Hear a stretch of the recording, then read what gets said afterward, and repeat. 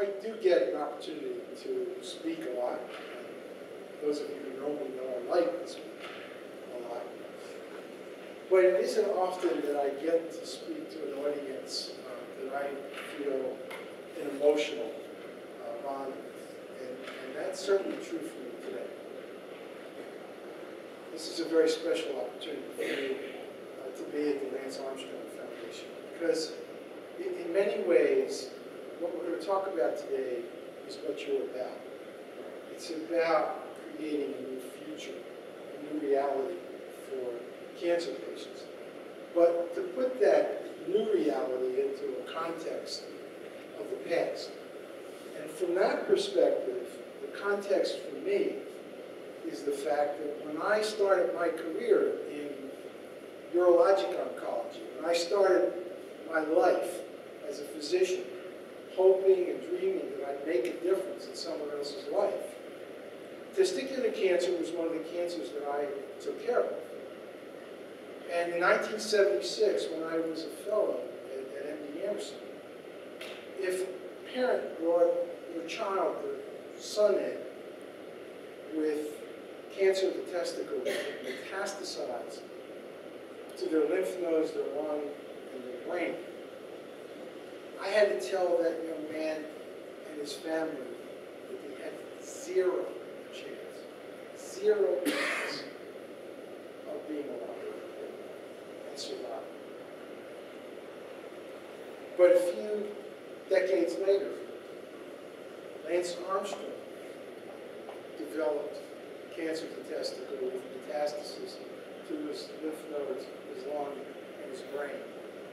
And not only did he survive the cancer, but in fact went on to teach all the rest of us that you could accomplish the impossible even after someone thought it was impossible for you to even be alive.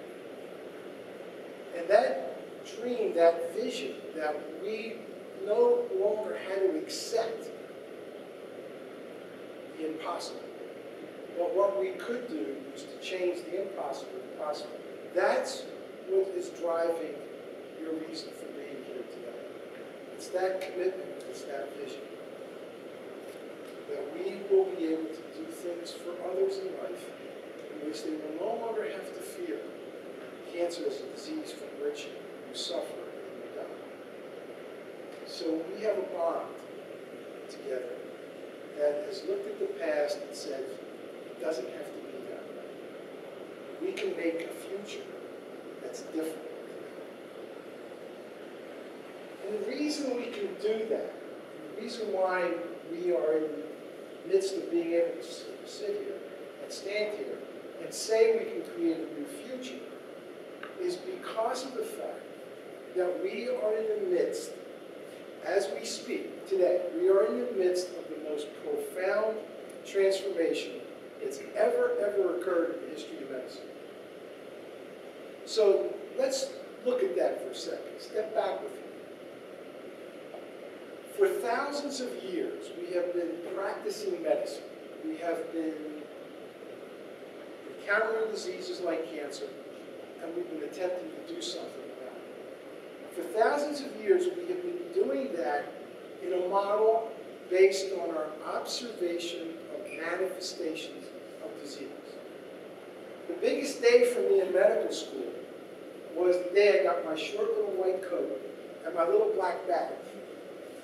And they said, go forth and diagnose and treat. And what was in the little black bag? Stethoscope so I could hear, ophthalmoscope so I could see, and if you were a urologist, you got a glove so you could feel. You got it. You got it. And the truth of the matter is that that's the way we practiced medicine for thousands of years. Our ability to care for a patient was based on observation of manifestations. I know a woman has breast cancer because I can feel a lump in her breast. When I started in 1976, the only way I could detect prostate cancer is if I could feel a lump with the tip of my finger.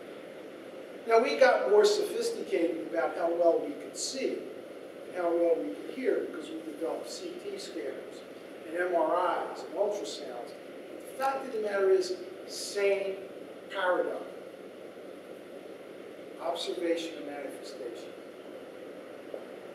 But about somewhere in the latter part of the 20th century, because of tremendous advances that were being made in science and in technology, we began to not just observe manifestations, but we began for the first time to begin to understand fundamental mechanisms of disease. And that transition from observing manifestations to understanding mechanisms is so profound a transformation that I actually call it a metamorphosis.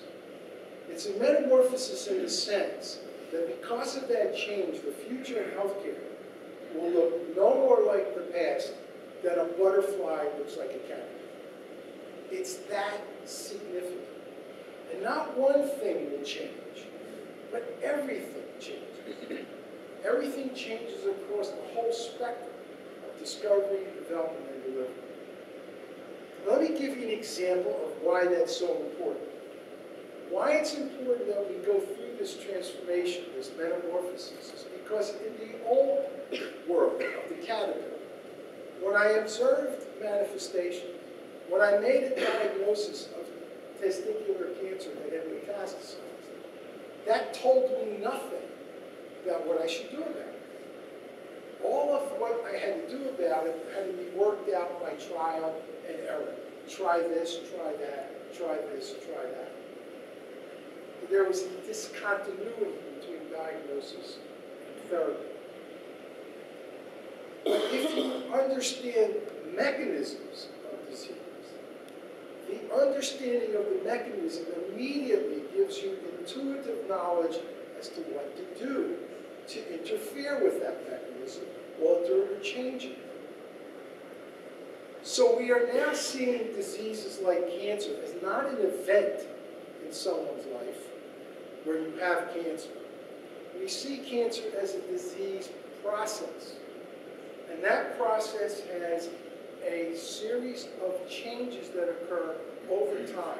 It is a well-regulated process that has mechanisms that are associated with susceptibility, your initiation, the beginning of cancer, its growth, its invasion, and ultimately its spread. So now, if we think of disease as a process and we understand mechanisms, we can begin to rationally develop strategies to interfere with those mechanisms and alter and change the outcome of disease, such that we can begin to envision a future in which people will no longer suffer or die as a result of